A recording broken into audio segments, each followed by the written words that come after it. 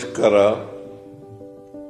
ನಾನು ನಿಮ್ಮ ಸಿದ್ದರಾಮಯ್ಯ ಮಾತನಾಡುತ್ತಿದ್ದೇನೆ. ಕಲ್ಯಾಣ ಕರ್ನಾಟಕದ ಅಭಿವೃದ್ಧಿಗೆ ಇಂದಿನ ಮನಮೋಹನ್ ಸಿಂಗ್ ಸರ್ಕಾರ ಇದ್ದಾಗ ಸಂವಿಧಾನಕ್ಕೆ 371 ಆರ್ಟಿಕಲ್ ಅನ್ನು ತಿದ್ದುಪಡಿ ಮಾಡಿ 371J ಸೇರ್ಪಡಿಸಲಾಯಿತು. ಇದರ ಉದ್ದೇಶ ಅಸಮಾನತೆಯನ್ನು ಹೋಗಲಾಡಿಸಲಿಕ್ಕೋಸ್ಕರ ವಿಶೇಷ ಸವಲತ್ತುಗಳನ್ನು ಕಲ್ಯಾಣ ಕರ್ನಾಟಕದ ಭಾಗಕ್ಕೆ ಕೊಡಲಿಕ್ಕೋಸ್ಕರ 371J ಮೂಲಕ ಈ ಭಾಗದ ಜನರಿಗೆ ಎಲ್ಲ ರೀತಿಯ ಅಭಿವೃದ್ಧಿಯನ್ನು ಪಡಿಸಲಿಕ್ಕೆ ತೀರ್ಮಾನ ಆಯಿತು. ಈ ಸಂವಿಧಾನ ತಿದ್ದುಪಡಿ ಆದಂಥ ಸಂದರ್ಭದಲ್ಲಿ ನಮ್ಮ ಪಕ್ಷ ಅಧಿಕಾರದಲ್ಲಿತ್ತು. ನಾನೇ ಮುಖ್ಯಮಂತ್ರಿ ಆಗಿದ್ದೆ.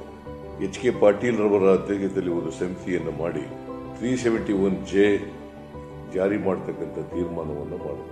ಅದಾದಮೇಲೆ ಈ ವರ್ಷ ಕಲ್ಯಾಣ ಕರ್ನಾಟಕದ ಅಭಿವೃದ್ಧಿಗೆ 5,000 ಕೋಟಿ ರೂಪಾಯಿಗಳನ್ನು ನೀಡಿದ್ದೇವೆ. KKRDB ಅಧ್ಯಕ್ಷರಾಗಿ ಅಜಯ್ ಸಿಂಗ್ ರವರು ಕೆಲಸ ಮಾಡ್ತಾ ಇದ್ದಾರೆ. ಈ ಭಾಗದ ಸರ್ವತೋಮುಖ ಅಭಿವೃದ್ಧಿ ಮಾಡಬೇಕು, ಅಸಮಾನತೆಯನ್ನು ನಿವಾರಣೆ ಮಾಡಬೇಕು ಅಂತೇಳಿ ಪ್ರಾಮಾಣಿಕವಾಗಿ ಎಲ್ಲ ಪ್ರಯತ್ನಗಳನ್ನು ಕೂಡ ನಾವು ಮಾಡ್ತಾ ಇದ್ದೇವೆ. 17ನೇ ತಾರೀಕು ಈ ತಿಂಗಳು ವಿಮೋಚನಾ ದಿನ ಆಚರಣೆ ಮಾಡ್ತಾ ಇದ್ದೀವಿ. ಕಲ್ಯಾಣ ಕರ್ನಾಟಕ ಉತ್ಸವವನ್ನು ಕೂಡ ಆಚರಣೆ ಮಾಡ್ತಾ ಇದ್ದೀವಿ. ನಮ್ಮ ಉದ್ದೇಶ ರಾಜ್ಯದ ಸರ್ವಾಂಗೀಣ ಅಭಿವೃದ್ಧಿ ಆಗಬೇಕು. ಅದಕ್ಕೋಸ್ಕರ ನಮ್ಮ ಸರ್ಕಾರ ಎಲ್ಲ ರೀತಿಯ ಪ್ರಾಮಾಣಿಕ ಪ್ರಯತ್ನವನ್ನು ಮಾಡ್ತಾ ಇದ್ದೀವಿ. 17ನೇ ತಾರೀಕು ಈ ತಿಂಗಳು ಕಲ್ಯಾಣ ಕರ್ನಾಟಕ ಉತ್ಸವವನ್ನು ಈ ಕಾರಣಕ್ಕೋಸ್ಕರನೇ ಹಮ್ಮಿಕೊಂಡಿದ್ದೀವಿ. ಅದರಲ್ಲಿ ನಾನು ಭಾಗಿಯಾಗ್ತಾ ಇದ್ದೀನಿ. ಎಲ್ಲ ಇಡೀ ಮಂತ್ರಿಮಂಡಲ ಕಲಬುರಗಿಗೆ ಬಂದು